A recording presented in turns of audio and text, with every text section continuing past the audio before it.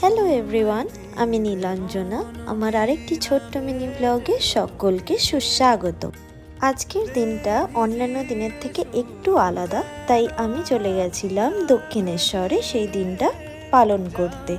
আমার সকালটা শুরু হয়েছিল দক্ষিণেশ্বরে মায়ের পুজো দিয়ে।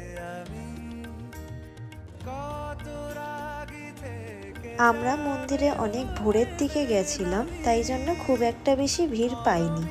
তাই খুব তাড়াতাড়ি ফুলের একটা ডালা নিয়ে আমরা চলে গেছিলাম মন্দিরের ভেতরে পুজো দিতে। পুজো হয়ে যাওয়ার পরে আমরা চলে গেছিলাম ওখানেই ফুড প্লাজাতে।